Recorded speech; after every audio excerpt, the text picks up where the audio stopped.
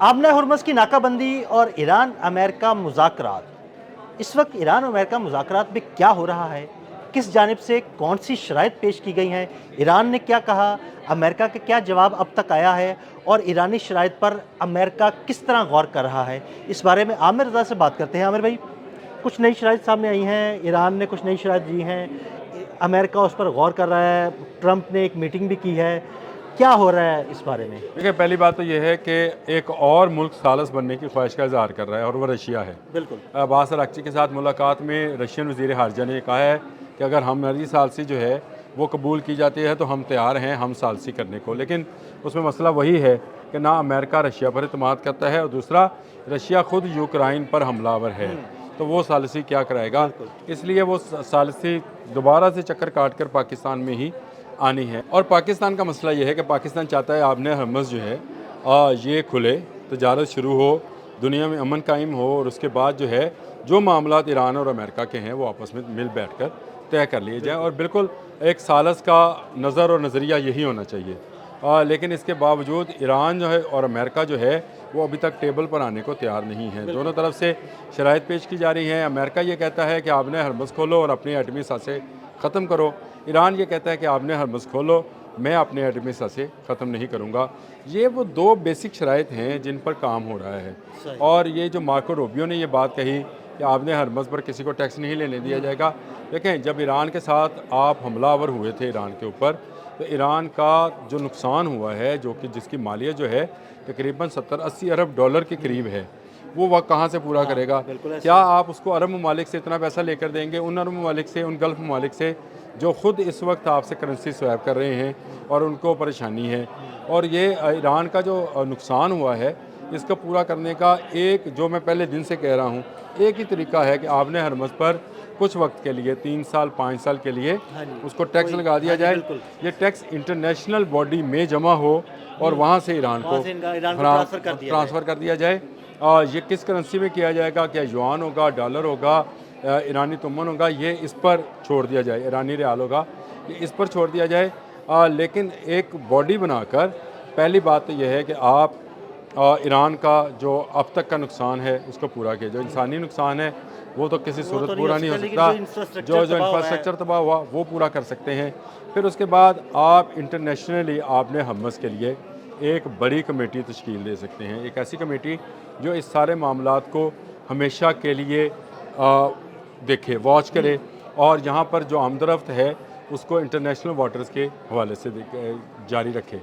इसके लिए तमाम ममालिक जो हैं वहाँ से नुमाइंदों को लिया जाए। देखें, अगर गज़ा में एक ऐसी फ़ोर्स बनाई जा सकती है जो इज़राइल और गज़ा के दरमियान में मौजूद हो, तो आपने हरमुज़ में भी एक ऐसी फ़ोर्स बनाई जा सकती है। लेकिन उसके लिए ज़रूरी ये है कि आप ईरान को भी तजारत का पूरा मौका, ये नहीं हो सकता कि आप ईरान को ब्लॉकेट करके आप फ्रांस से, बरतानिया से, जर्मनी से, किसी भी मुल्क से आप ये कहें कि आप अपनी फोर्सेस भेजें ताकि ईरान तजारत ना कर सके, आपने हरमुज़ बाकी मुल्कों के लिए खुला हो।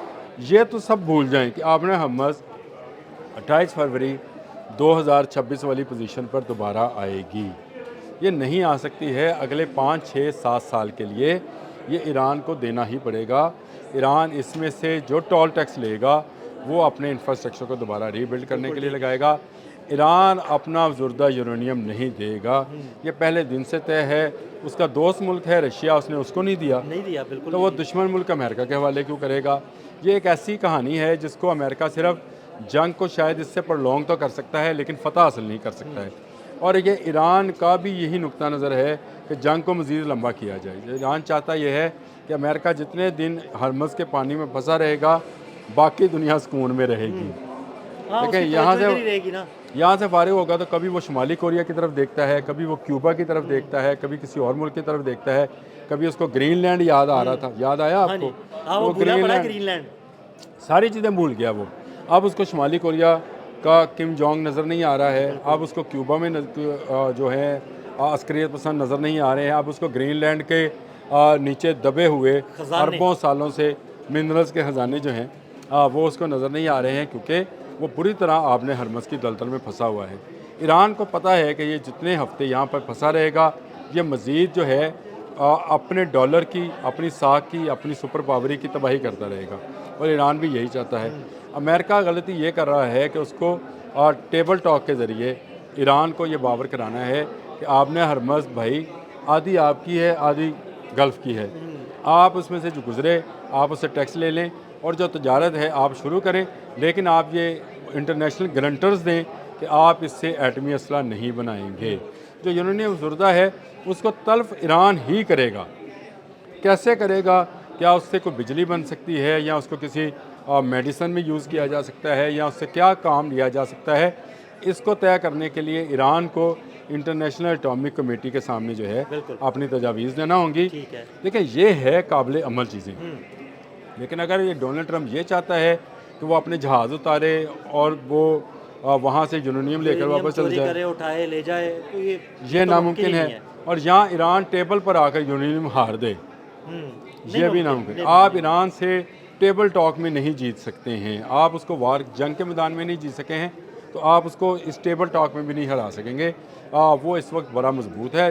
जर्मनी के चांसलर का ये बयान कि ईरान सोच से ज़्यादा मजबूत निकला है, उसमें उसकी मजबूती जो है जज्बे की मजबूती है, उसके पास दौरान इनकलाब की मजबूती है, दूसरा उसकी टेबल टॉक की सलाहियत की मजबूती भी है। ऐसे ही है। और आमिर भाई मुझे लगता है कि अमेरिका को एक कदम पीछे हटना पड़ेगा या अपने मौक़िफ़ में थोड़ी नरमी करनी पड़ेगी, वरना ये मुमकिन नहीं है। देखें इनमें से ज़्यादातर जो लोग हैं प्रोफेशनली या वो फ़िलासफ़र्स हैं, PhDs हैं और या वो डॉक्टर्स हैं, ऐसे ही है। सारे पढ़े लिखे लोग हैं, कोई इंजीनियर है। ईरान की पूरी जो रजीम जो कि इस वक्त उसका फेस है, जैसे अब्बास अराक्ची है, मसूद पशकियान है, बाकर कालिबॉफ हैं, ये सारे वो पढ़े लिखे लोग हैं जिनको आप टेबल पर हरा नहीं पाएंगे। अगर आप हरा नहीं सकते हैं, आप मैदान जंग में भी नहीं हरा पाए थे, अब आपको ईरान की शराइत को इस लहज में जो है तब्दील करना चाहिए। मेरा ख्याल है डोनाल्ड ट्रंप इस वक्त एक और बड़ी गलती करते चले जा रहे हैं। जैसे जैसे नवंबर 2026 करीब आ रहा है, डोनाल्ड ट्रंप फंसते चले जा रहे हैं। अगर ये मुज़ाकरात मज़ीद लंबे हुए, दुनिया तो तंग होगी, खुद अमेरिका के अंदर भी रिवोल्ट हो सकता है, अमेरिका के अंदर भी हंगामे शुरू हो सकते हैं। बिल्कुल आमिर भाई, मिड टर्म इलेक्शंस भी हैं और अगर वो मिड टर्म इलेक्शंस में उनकी जिस तरह मकबूलियत ज़मीन बोस हुई है, मुझे लगता है कि अगर ये मामला लटक गया तो वो उनकी हुकूमत भी चली जाएगी। जी बिल्कुल, ऐसे ही लगता है कि उनके ख़िलाफ़ मुआवजा भी हो सकता है। लेकिन जो सर्वे हुआ है इंटरनेशनली, जो वहाँ के ही एक ग्रुप ने कराया, उसके मुताबिक 21% रिपब्लिकन्स भी मुआवजे के हक़ में हैं। यानी उनकी पार्टी के अंदर के जो वोटर्स हैं वो भी चाहते हैं कि डोनाल्ड ट्रंप का मुआवजा हो जाए। 88 जो डेमोक्रेट्स हैं वो भी चाहते हैं। तो इसका मतलब ये है कि 109% लोग जो हैं अमेरिका के, वो इस वक्त चाहते हैं कि डोनाल्ड ट्रंप का मुआवजा किया जाए, फिर उन पर कातलाना हमला होता है जिससे वो हमदर्दियाँ नहीं समेट सकें। बहुत शुक्रिया आमिर भाई ने इस सारे मामले पर रोशनी डाली। अदील अहमद और आमिर रज़ा को इजाज़त दीजिएगा। अल्लाह हाफ़िज़।